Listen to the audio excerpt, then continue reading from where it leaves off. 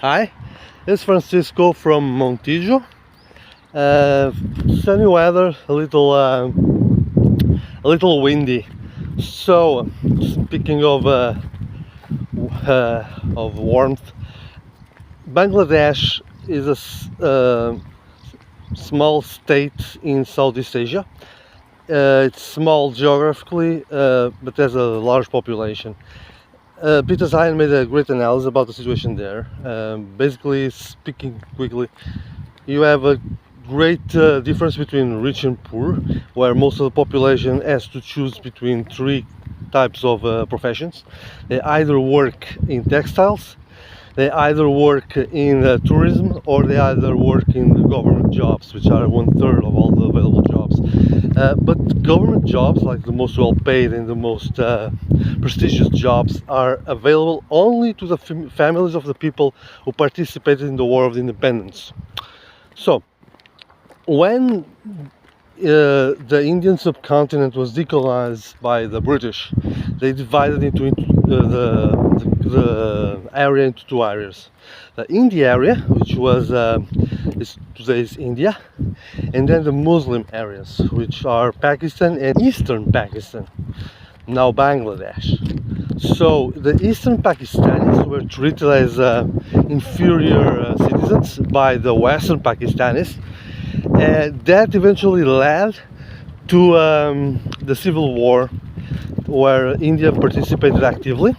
It was one of the so-called Indo-Pakistani wars, which you can say that today they're still at the risk of unfolding. And in the aftermath of that conflict, Eastern Pakistan gained independence and became Bangladesh. Okay, so the people that participated actively in the War of Independence were presented with the government jobs, and their families are given that very same jobs. So this is a sort of prestigious class of citizens. It means that the rest of the population is basically living in squalor, in either tourism or clothing manufacturing. So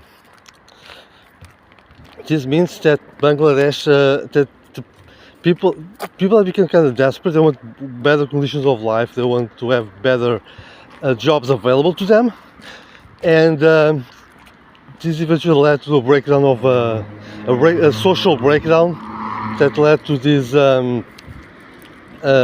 this conflict. So, what is the future from here? So you have the Bangladeshi situation, where I'd say that where do you move from here? This may unfold into civil war, and we are seeing like several societies kind of breaking down.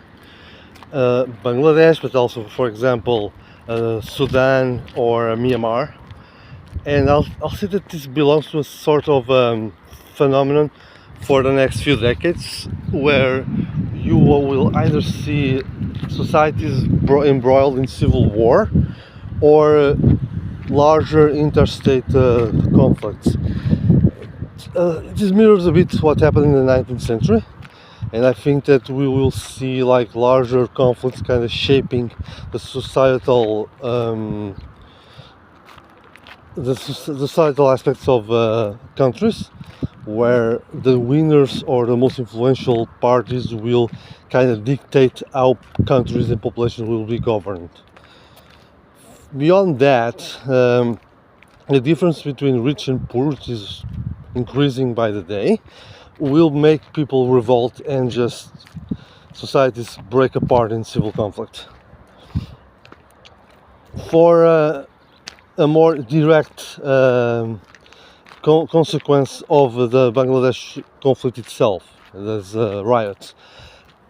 Probably the clothing market will suffer a bit with it, because most clothes for the larger brands are made in Bangladesh, and this will lead to an increase of price, a large price hike.